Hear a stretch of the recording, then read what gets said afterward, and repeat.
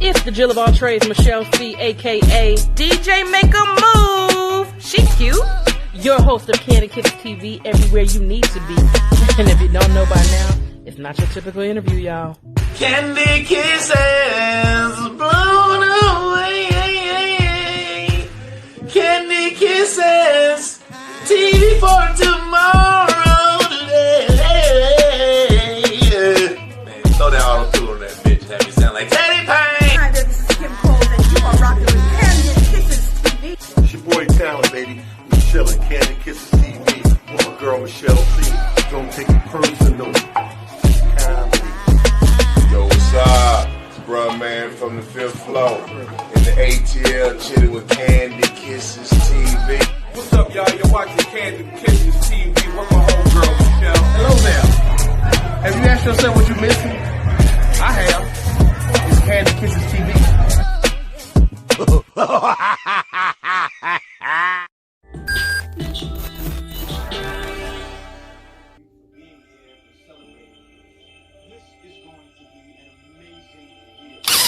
It's another episode of Kandid Kisses TV. I am Michelle C, aka DJ Make a Move, your favorite play cousin, and I am everywhere you need to be, bringing you another extraordinary talent. This extremely talented and hilarious man that happens to love R&B just as much as I do. He is an actor, comedian, and producer who is currently starring in Nickelodeon's television series Cousins for Life in the lead role, where he plays Lewis. He has won an Emmy Award as consulting producer on the television series United Shades of America. He was also a finalist on Last Comic Standing. He also won College Comic of the Year and is the winner of NBC Stand Up for Diversity Comedy Showcase. He is originally an ATLian and started his career in Atlanta. He has recurred on the HBO's hit television show Insecure and guest starred on numerous television shows, including Stuck in the Middle and Shut Eye. He has recently released his Kevin Hart's Next Level comedy special on Comedy Central, and he has also recently appeared on the Lionsgate's film 2 Minutes of Fame, starring Jay Farrow and Cat Williams. He was also on one of my favorite shows, Bill Bellamy's Who Got the Stroke. And ladies and gentlemen, introducing the one and only hilarious Ron G. Hey, that was great. That was a great intro. I had to look around and make sure that was me. I'm like, oh, it's pretty awesome. Oh man, he got Emmys and everything up in these streets. Right. One correction out of everything you said. I was actually born in Columbia, South Carolina, and I moved to Atlanta when I finished school, and that's where I started doing comedy at Uptown. Really? Okay. Well, let's get that all the way together. It's all good.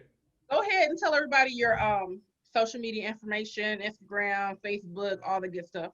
All that. So be sure to follow me, Comedian Ron G, on everything. Comedian RONG. If you go to Instagram, there's a link tree in my bio, and it has everything else, but everything else is Comedian RONG. Don't mess it up, Comedian RONG on everything. All right, well, let's get into it. Now, when did you know that you were funny, and why did you start doing comedy? Hilarious, kind of funny. I've been funny all my life, but I didn't know I could like make a living at it until I actually went to Uptown. I moved to Atlanta, and it was my first job out of school, and I basically got fired from every job I ever had. And my cousin, shout out to Trey Black, was a comic in Atlanta. He was like, "Bro, you funny, man. You ever thought about getting on stage?" And I was like, "Not really." He was like, "You should try it." And so they had Apollo nights, Sunday night, bunch of dope dealers and strippers. And I went up and I had one joke and it was terrible. And halfway through my set, they booed me. Matter of fact, the first 2 minutes, they booed me. But the boo was okay. I can handle boo. But then they told me to kill myself. And I was like, okay. And there was a door right next to the stage. And I'm like, do I leave or do I stay? And I was like, I'm going to stay. I ain't no sucker. My mom ain't raised no punk. And so I go back on the other side of the room and I sit next to the DJ booth on the steps. And the host was like, man, he was terrible. One more time for Ron G. Boo. He was like, whoa, y'all going to boo his name? Ron, boo, G, boo, Ron G, boo. And I was like, geez, my cousin looked at me. He was like, I don't know what to tell you. So on the way out the door, I remember walking to my car and I left a little early because I didn't want to deal with the people. And this dude walked by me. He's like, hey, little nigga, you ain't gonna never be funny. And I was like, that's back when I used to curse. I was like, F you, nigga. He was like, F you, get you killed. And I just went to the car and I think I cried in the car, but I stuck with it. Wait a minute. I don't even know how you strong, because I don't think I could do that. I can't get booed, then cussed out, and then threatened to be killed in the thing, and then still want to get on stage. I don't. It's crazy, and the boo was so bad. I saw three people get booed before I did. Like, so watching these people get booed, and I'm sitting here laughing like, oh, they ain't funny at all. And then I went up and got booed too. I was like, oh, okay. So this is what it feels. It was humbling. So you saw the boo coming, and you still was like, okay, I'm just going. Okay. And the worst part is because I knew it was coming, because I've seen it happen so many times, I was scared at work on Friday for a boo I was going to get on Sunday. You know what? So your stomach drop. Remember back when you was in school, you had to fight Yes. when the bell rung and your stomach be dropping? I had that feeling at work on Friday, waiting for Sunday. I'm like, yeah, I'm going to take this L like a G, but we'll see what happens. Hey, I mean, all you can do is just get stronger. That's the best thing you can do. Hey, boo would change your life. Boo make you a better person. Absolutely. I can't. I refuse. So funny. All right. So how was your experience being on the set of Insecure? Honestly, it was one of the best experiences I've ever had in Hollywood. And I say that because being a person of color and having some form of success, you know what it's like to feel like the only Black person in the room.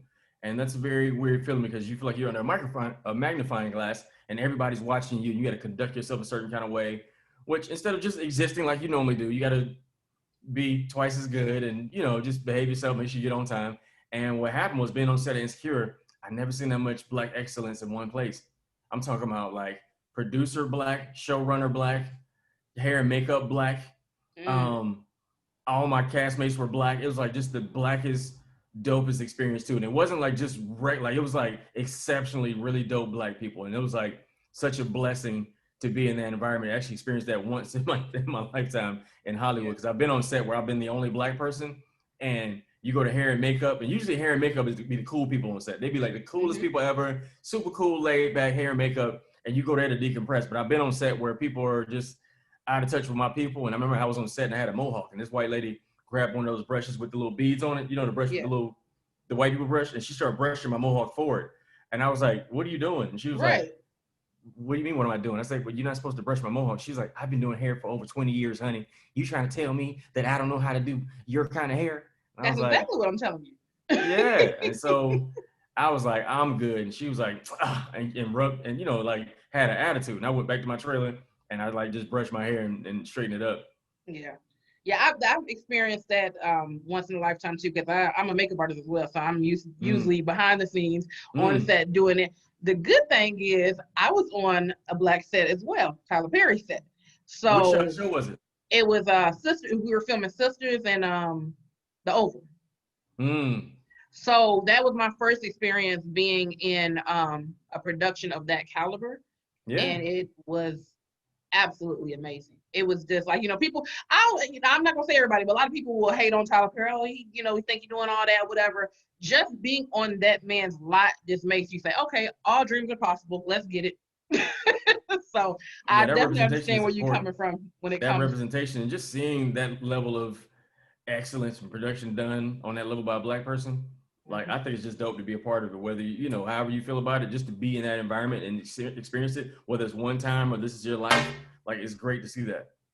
Oh, yeah, it changed my life. I was like, y'all can say what y'all want about him, but that is the goal. I'm striving to be that excellent. So. Yeah, they need you too, man. I feel like just in this game, having Black women in hair and makeup is very important, especially like Black barbers. I swear it's like only 5 Black barbers in the entire Hollywood. In LA. Absolutely. And they roll with the celebrities. If you think of any big name celebrity, they got their own personal barber and that's it. But anything outside of that, it's pretty tough. Yeah, because they've experienced what you experienced. Like, I want to look right on TV just like everybody else does. Now, did you find it hard to be a clean comedian or when the job requires it?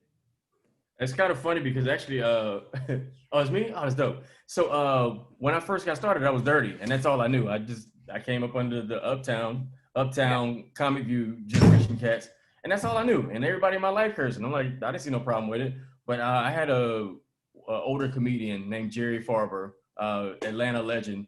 He was like already 30 years in the game. He was like, man, you're a good looking guy, man. Why you curse so much? And I was like, I don't know. I think ain't that what you're supposed to do. He's like, man, look, you can go a lot further in your career if you don't curse. And right around that time, it was like when I started getting heavy in church too, and I got saved right around the time I got funny. And I went back to the same place that booed me. And I remember going back and I won. I did like a 5-minute set. And rocked it. Like 5 minutes in that environment, like it was dope.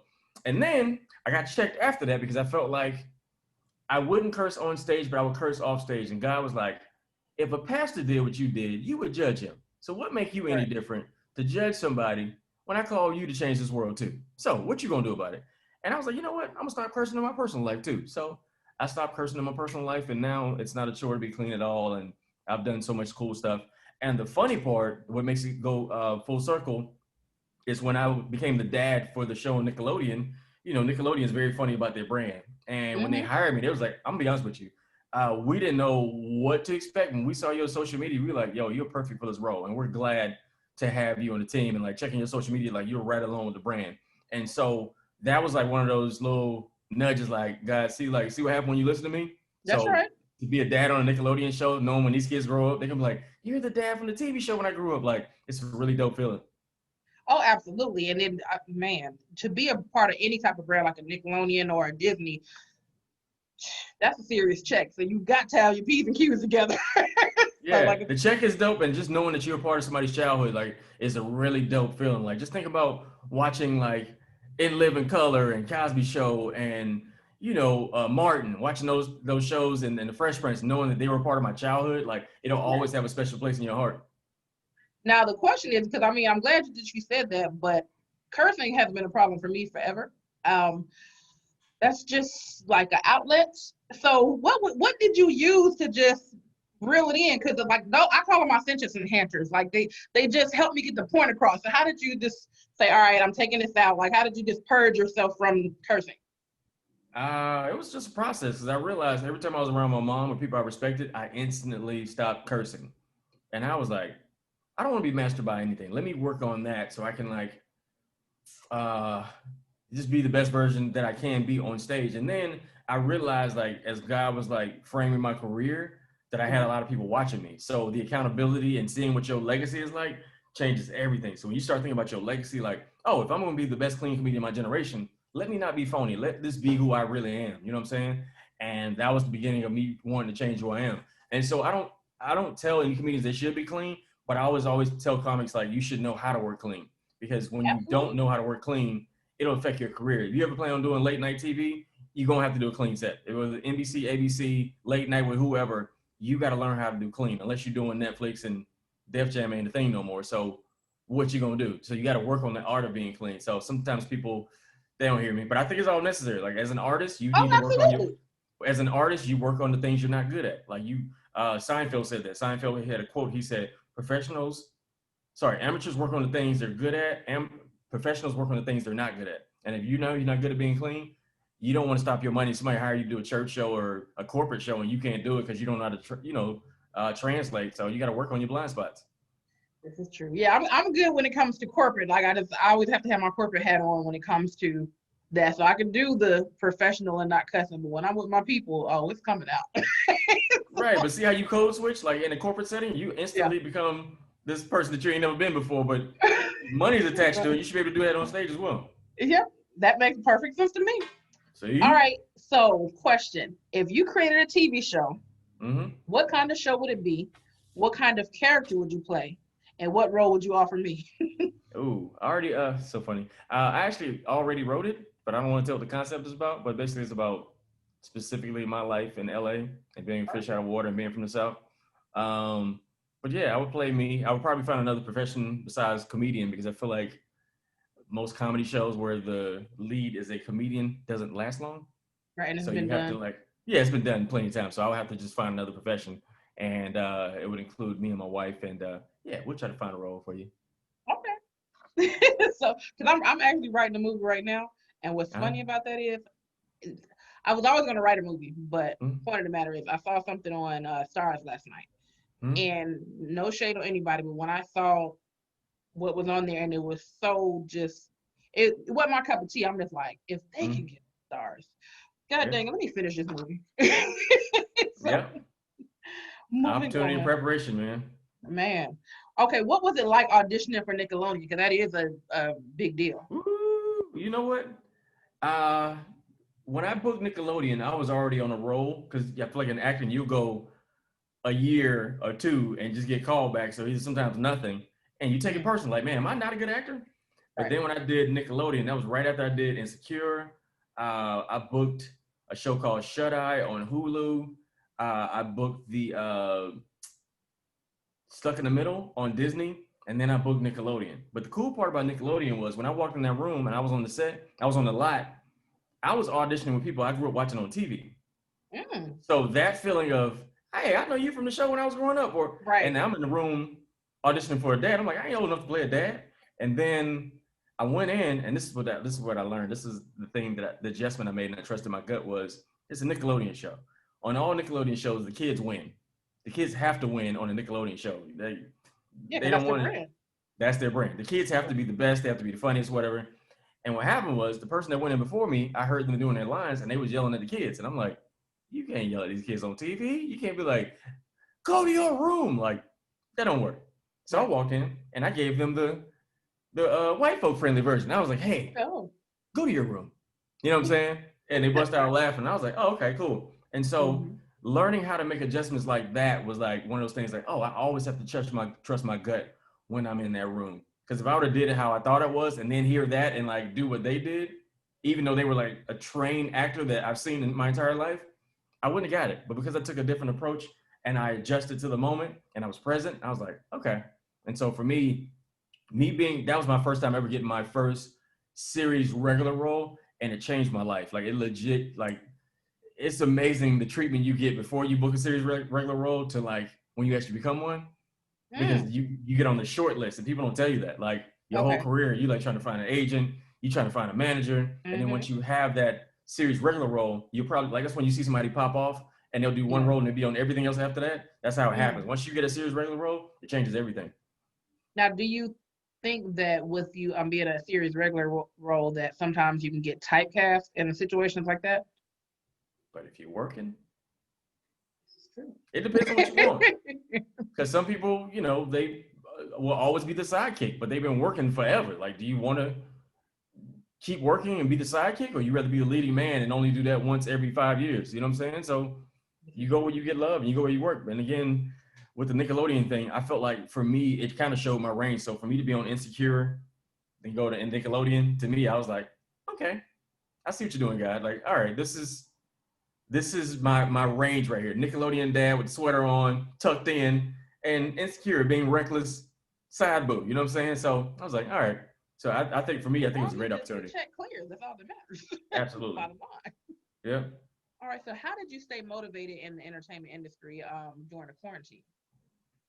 Every day is different. Like there used to be a time when people ask you how you doing, and I used to know. Like I honestly don't know how I'm feeling. Like some days I'll be cool, some days I'll be sad, some days I'll be depressed and don't know why, just because I can't go to work, I can't make money, and it's been weird. But I do feel like because of the quarantine, God kind of pushed me to be like, all right, so what you gonna do this time? You gonna complain about what you don't have, or you gonna make opportunity? So I beefed up my social media. If you look at my social media, I post like 3 times a day, and I've actually gotten some really cool jobs within the last 2 weeks. Like probably just as much money I would make regularly just by people seeing me on social media. Because when you're not on social media and you're not auditioning, people forget about you.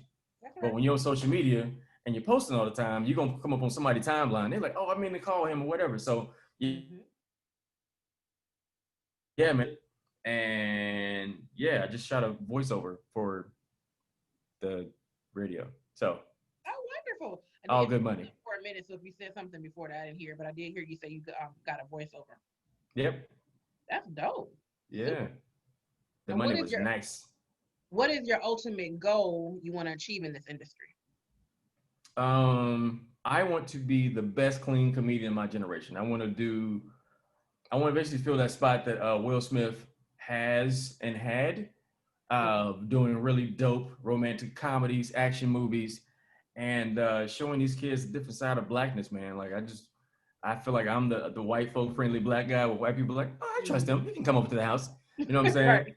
But also still get down with my people, man. Because my comedy, even though I'm clean, I'm still edgy. Like I'm gonna make you think. I'm gonna make you upset. I'm gonna make you make you think about yourself. I'll make you think about your person, and I'll make you grow. So it'll be a combination of being one of the dopest actors of my time, being the best clean comedians of my time, and also I got a big passion for relationships. If you notice my social media, I'm learning and growing to this role of like I do a lot of relationship stuff, you know. So I want to be able to travel the world with me and my wife, and talk to couples about dating and basically all the stuff nobody tell you about marriage, man. People tell you you should get married, but they don't tell you how to sustain it. Or they'll tell you you should get married, but they don't tell you what you do in the meantime until you get married. Like, what do you do when you can't find your person? What if you have love in your heart and you function like a wife or a husband, but you ain't meeting nobody? What do you do then? Or when you get somebody dope and you went your whole life being one kind of way and now you marry, you like, how do I transition to become the person I'm supposed to be versus who I was? Because even during this quarantine, I feel like this is a time where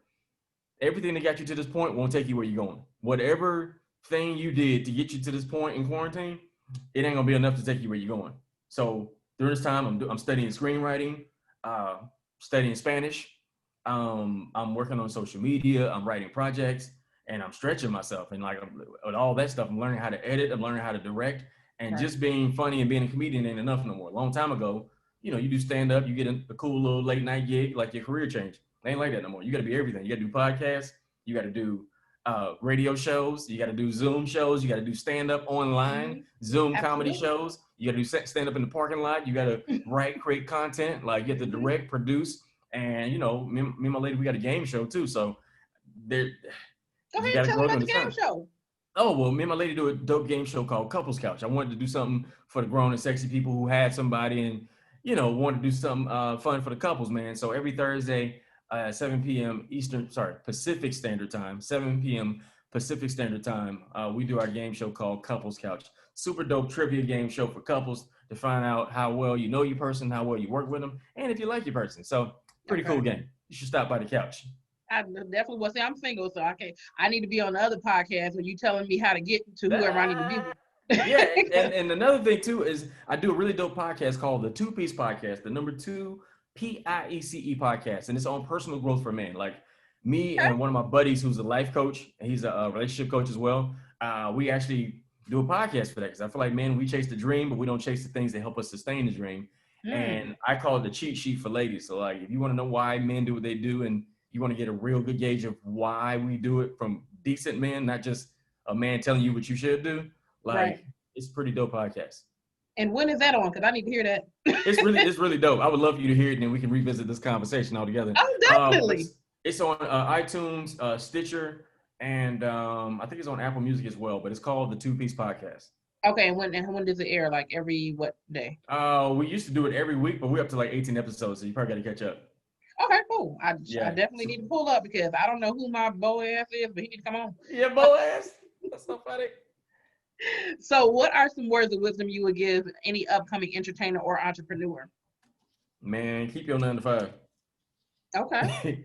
The Hollywood didn't change. The Hollywood we used to know has changed. And, you know, luckily I've been out here long enough where I've sown enough seeds. But if you're trying to move out here now's a weird time because there's no production. Comedy clubs is closed. I know Atlanta, y'all closed down for like 17 minutes. Now y'all back at it. Hookah spots. Yeah, we out here in these streets. Whole Freaknik. No mask on. Yeah, they pretty much opened up for everybody else. Like I'm working select days and being very careful and cautious. But yeah, these people are they out in these streets. Right. But as far as LA is shut down. Like there's nothing happening right now. This thing's moving, but it's kind of slow. And I'm pretty sure I probably won't be able to work until next year. So if you're trying to move out to LA, like make your plans. No, I mean, I'm from LA, so I know how expensive it is. And I know I'm just not doing it. Like, yeah, this city different. Even comedy out here. Like comedy on the East Coast, you can have a few gigs and pay your rent. Out here, LA is a showcase city. You perform here for more opportunity. Now the trade-off is there's no ceiling. You could be an executive producer or showrunner in 2 years in LA. And that's all through relationships. But in the East Coast, you can go all up and down the East Coast and do these comedy gigs and pay your rent. So it's just a trade off of the lifestyle you want. And you have to think about, you want to play the long game or the short game. Like, where's your retirement plan? So you determine the life you want. That's right. Because I mean, I'm not against the grind, but I'm not trying to grind all my life. I put in that hot 20 and hopefully something will happen. I know that's right. Now, who is your favorite R&B singer and why? My favorite R&B singer? Jeez. What a question. I wasn't ready for that one. Well, look, you're the R&B thug over there. Come on now. You got the R&B comedian? Oh, man. I've grown a lot since then, but it's all good. Listen, I'm not going to lie. That was one of my favorite guests. Oh, thank you, lady. I appreciate it. Thank you so much. Today and right now, for some reason in my head, Usher popped in my head. Like I really like Usher, man. I just think he's dope, man. And for him to have a career as long as he's had, still got it. You know, voice still dope. I like that how that's like the measurement for like an artist. Like when you see somebody you love and they've been around for a long time, you like, hey, they still sound good. They look like they're taking care of themselves. Like that's the standard. Like, they look like. I mess around seeing "Color Me Bad" in person. Yeah, that's bad is a good word for that. Man, I was like, yo, but that's also too the trade-off is I feel like I went to one of those '90s R&B concerts where it's all people you love from the '90s, and you can tell who was married and who wasn't married, and all the people that wasn't married, you be like, what you do with your time, bro? Like life didn't took you in the alley and kick you in the stomach. You know what I'm saying? I'm telling you. Yeah, man. But I would have to say Usher. I feel like Usher catalog is dope. I don't think there's nobody in his demographic and age range that can go toe to toe with him. I don't know. You don't think Mario can get down with him? Mario? Yeah, vocally. Now, he may not be able to dance, but name a classic Mario album. I'll wait. Well, we weren't talking about albums. That's what I'm saying. Versus is your top 20. Versus is your top 20. So who has 20 songs that can go toe to toe to Usher in the same demographic? Now I feel like Chris Brown can, but name your favorite Chris Brown album. I don't know the name of it, but I have it. No, he got singles. He got hot singles. But I'm talking about like an album that's like press play. Look at Me Now. That whole album was pretty dope. But I don't even know the name of it. Yeah. But you know Confessions though. You know Confessions. It ain't even conversation. Yeah, I know that top and bottom. Even Like Chris got hits. Don't get me wrong. I'm not talking about like he definitely got hits, but I'm talking about like name a solid album that he had that can go toe to toe with Confessions. Because you can just put Confessions on play. Yep. Shoot, I even had Usher's My Way. I can shoot all the way back to Can You Get With It? So I mean, you got it on that one. I even give him a pass for Sign Them Papers. Yeah, that was Sign Them Papers. That and Moving Mountains. I give him a pass for both of them. He get a pass for that. Yeah. He was I hurting. like Sign Them Papers though. I mean, he was feeling it at that point in time. Right, I get it. It ain't wrong. I still give him a pass for it. All right, now on Kandid Kisses TV, I always like to end it with some fun. So I have a couple of segments. The first one is Kiss or Diss. Okay. And that is where I'm going to throw some celebrity crushes out there. You're just going to decide whether you're kissing or you're dissing. Okay. For the record, I'm married, so baby, if you're watching this, hypothetical. It's hypothetical, baby. It's all hypothetical. Okay, if you're watching this, just that's all it is. Please don't come for me. Yeah, don't come for me, and don't send for me, and don't email me back. Don't, all that. All right, the first one: Shantae Moore or Kiki Wyatt. Who you kissing? Who you dissing? Ooh, Jesus, Shantae Moore kissing. Okay. Chili of TLC or Monica? Who you kissing? Who you dissing? Ooh, Chili kissing. All right. Lonnie Love or Mother Love? Who you kissing? Who you dissing? Hey, Lonnie, kissing. All right. Next is our. That is so funny. That is so funny. We got our next one is our DAQs. This is for DAQ stands for dumbass questions. These are random questions I'm asking. I just want answers to. Okay. All right. Would you legally change your name to Breath Stank Jones for 2 years for $1 million? Jeez, Breath Stank Jones? Mm-hmm. For 2? 2. So would that be my stage name, or that's just my personal name? Where I get my mail? You have to legally change your name. That's gonna be your name on your ID, your everything for 2 years, but you get $1 million. But I still feel like they'll call me by my stage name. So if that's the case, call me Stank Breath Jones Jr. Stank Breath Jones Jr. Yeah, add Jr. to it as well. All right. If animals could talk, which animal do you think would be the rudest and why? Ooh, I feel like horses, man. I feel like horses be so arrogant. They get their hair done, and they be like, you got to kick in the mouth, like, you don't back up. For real, you gonna add the sound effect with it too? It's probably either a horse or a cat, man. Cats be rude too. Cats be so disrespectful. You know what's funny? I asked my mom that, and I said, "What do you think?" And she said, "I think a silverback gorilla." I was like, "What made you think of?" She was like, "Cause they just be like they'll, throw stuff at you." You know what she's talking about. I understand. Absolutely.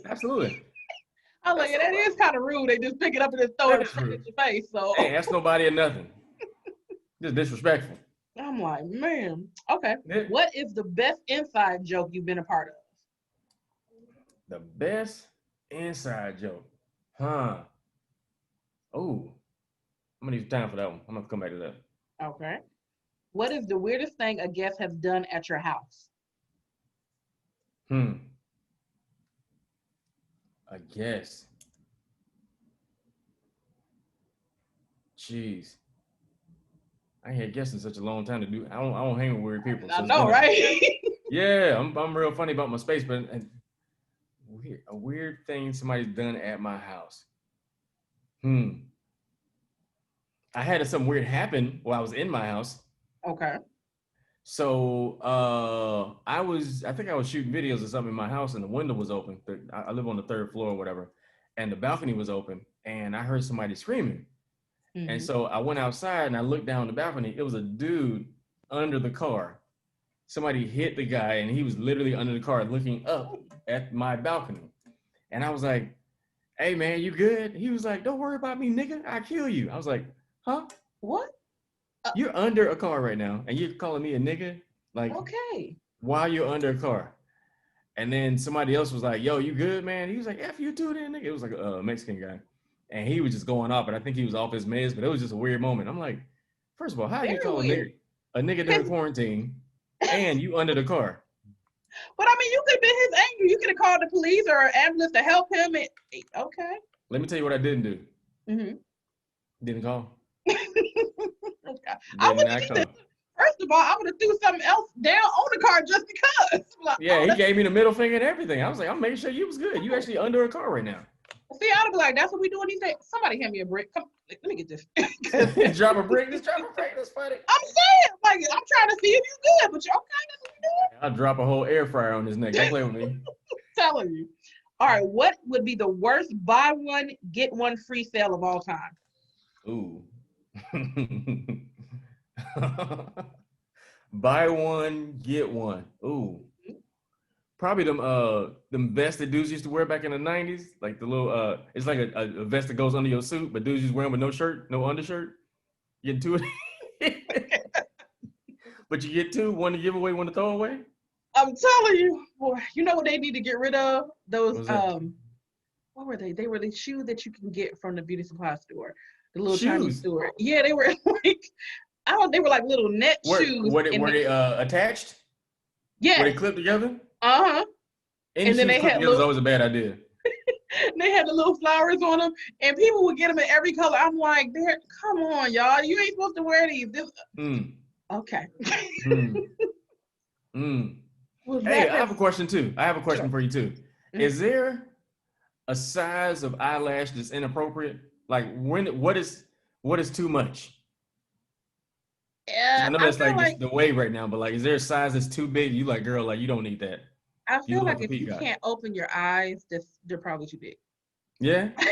But I mean, when you do lashes, they're according to your eye shape. And I mean, it's a lot that goes into it. Some people just like, oh, I like those, and they put them on. I'm like, but your eye's not big enough to hold all that weight, so it doesn't make sense for it. But okay, if you want to look sleepy, then go ahead.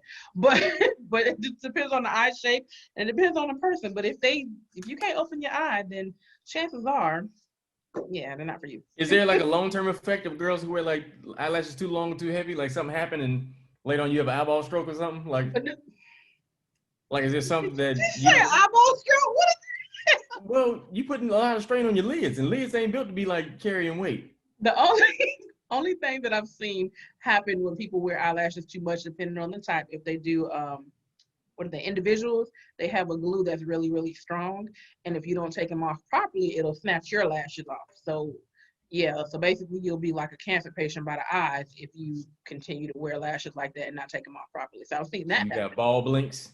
Pretty much, yes. How do you get this glue, right? Yeah. They got an adhesive remover. Then you got to get the remover and then you suck them off. I have so many questions. So how do you get glue off your eyeball? It's a remover. You put it, you close your eye and you just like use a Q-tip and then you just soak it off and it just slides off. It's and like none of it gets in your eye? Your eyes are closed and you're doing it. You can't But like you still can get some residual juice on the corner and then cracks or something, right? Right. So you just keep your eye closed. Nah, that sounds like so much work. It's like that's almost like it's something if you point something in your face, as long as it's dry, it's not gonna get in your eye. You gotta wait till it dries and then you can open your eye. That sounds so complicated. I'm not built for that. And that's why I don't do individuals and anything else like that. I'll do lashes, but I do the little simple ones. You can just wash them off and keep it moving. That's so funny. But all right, before we close this thing on out, I want to introduce you to a game during the quarantine. Me and a good friend of mine, shouts out to DJ All Star, we created a game called Sing-a-Do. So what it is a game where you have to sing the melody of a song, but you can only use the word do. Oh. So I'm gonna give you an example, and then basically as I'm singing the song, you have to guess what song, and that's how we get the points and vice versa. Okay. All right, so I'm gonna give you the categories. You can choose what category you want to do. We have hip hop. I have to sing the song, and you have to guess it. So I'm gonna do the first round so you can guess it, and then the second round, then you'll sing the song, and I'm guessing what you're doing. Jeez. Okay. All right, so we got. Can't you see it? Yeah, but then when it gets to your turn, I'm gonna hold up the card, and then I'll just put it down. You tell me, and then you'll go.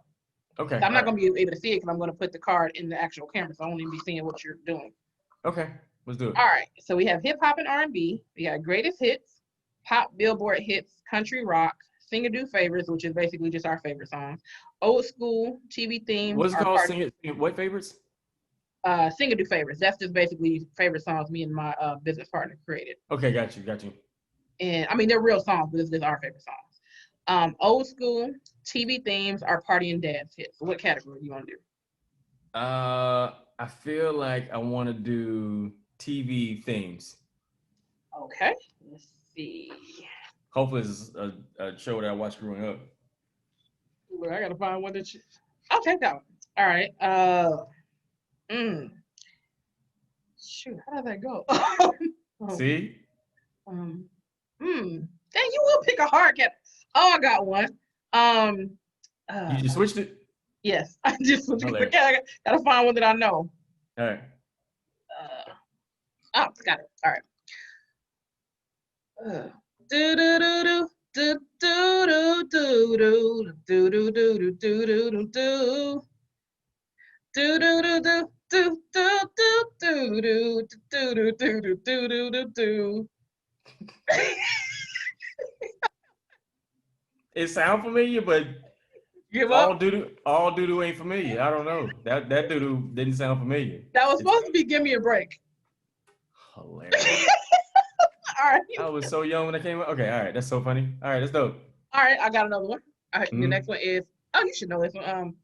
Do do do do do do do do. Oh, Power. There you go. Hey, all right, next one. That doo-doo sound familiar. All right, shoot. Now you know this one. I gotta think of how I go. Do do do do do do do. Strokes. There you go. Hey. So that's how you play it. Now we're gonna get you to get some in here. All right, I'm not doing TV themes. It's a little too hard for me. I'm going to do R&B. R&B. So let me shuffle these up. Is it classic R&B or 90s R&B or current? It's everything. Old school, new school. All right. Let's see. Make sure I'm on the right side. Okay. Are you ready? Yep. Just tell me where I need to hold it so you can see it. Can you see it? Okay, I got it. Yeah. All right. Go ahead. You ready? Yep. FYI, karaoke is like my biggest fear, but we're gonna go with it. Oh God. Okay. We're gonna go with it. I hate singing in public. All right. What is that singing? You just do it. I ain't ready to do. Not you got to check. Me, do. All right. Do.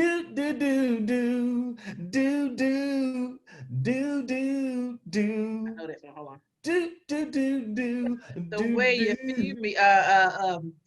Do. Pretty Brown Eyes. There you go. All right. Next one. So funny. Do you feel it? You got it? Hold on. Okay, cool. Okay.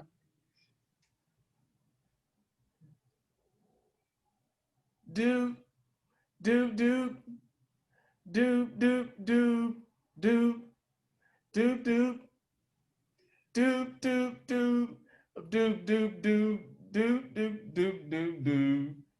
Do do do do do do do. I can't do it. I'm sorry. I can't do it.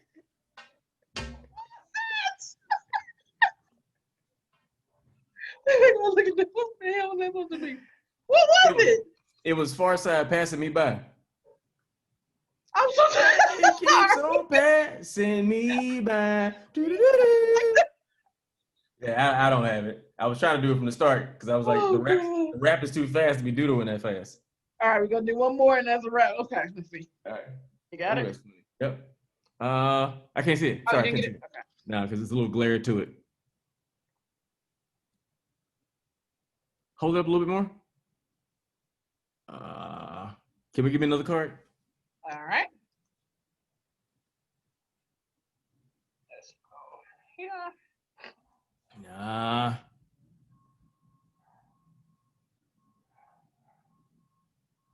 All right, let's do it. Okay. Do do. Do do do do do do do do do. Do do do do do Real love. do. There you go. Hey. All right. I was like, I got the once you got to the dude, I got that part.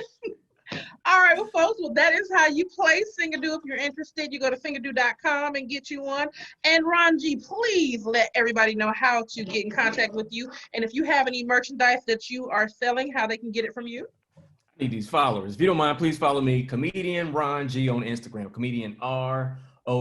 My YouTube page is the exact same thing, Comedian Ron G. But you can go to my Instagram and it has all my contacts in my bio. Every Thursday, I do a really dope game show called Couples Couch, 7 p.m. Pacific Standard Time on my Instagram. And on Sunday, I do Chocolate Sundays virtual comedy show, one of the dopest, longest running comedy shows. We just converted it to Zoom. We have over 200 people. We have a DJ and an after party. Super dope. But all the information is on my Instagram. Please follow me, Comedian RONG. And last but not least is my two-piece podcast, the number 2 PIECE podcast. It's on all the podcast apps on Stitcher.